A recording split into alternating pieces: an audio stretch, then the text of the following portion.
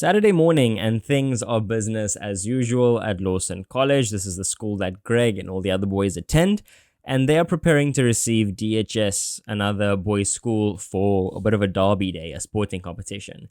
And by now, news of Eckhart's disappearance has made its way to the ears of students in the lower grades, who are now contributing to the rumor mill surrounding the incident. So a bit of a bandwagon effect here.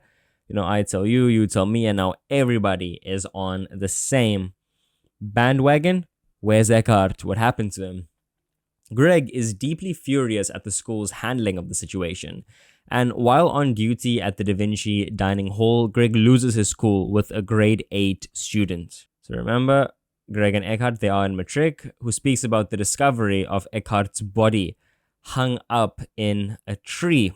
So Greg cares deeply about Eckhart here, and this foreshadows how he feels toward the end of the book, because, well, their relationship did turn out to be a scam, but not too many spoilers here.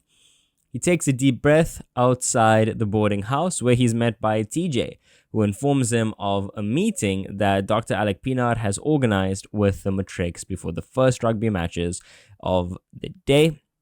So very big rugby culture here in this school, Lawson College. Dr. Pinar talks about the day's events, particularly his expectations of each Lawson sports team due to the school's illustrious reputation. Remember, Lawson College was only started 12 years ago, but yet the school still has some prestige attached to it, largely due to the money that has been invested into the school and its facilities at large. Now, he makes a brief mention of Eckhart's disappearance, calling him a deserter who has simply run away from school, which greatly angers Greg because Greg knows, there's a bit of funky business here.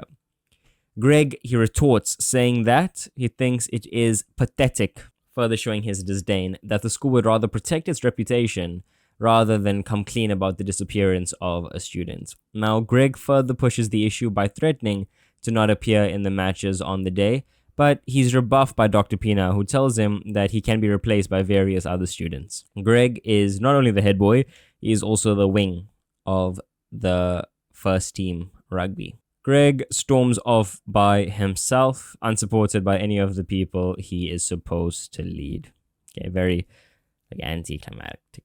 Greg thinks back to a quote his father often says. So if you are a leader and no one is following you, you are simply going for a walk. And Greg realizes that he is simply going for a walk here, and that he needs to change his approach if he wants the school to do something about Eckhart's disappearance.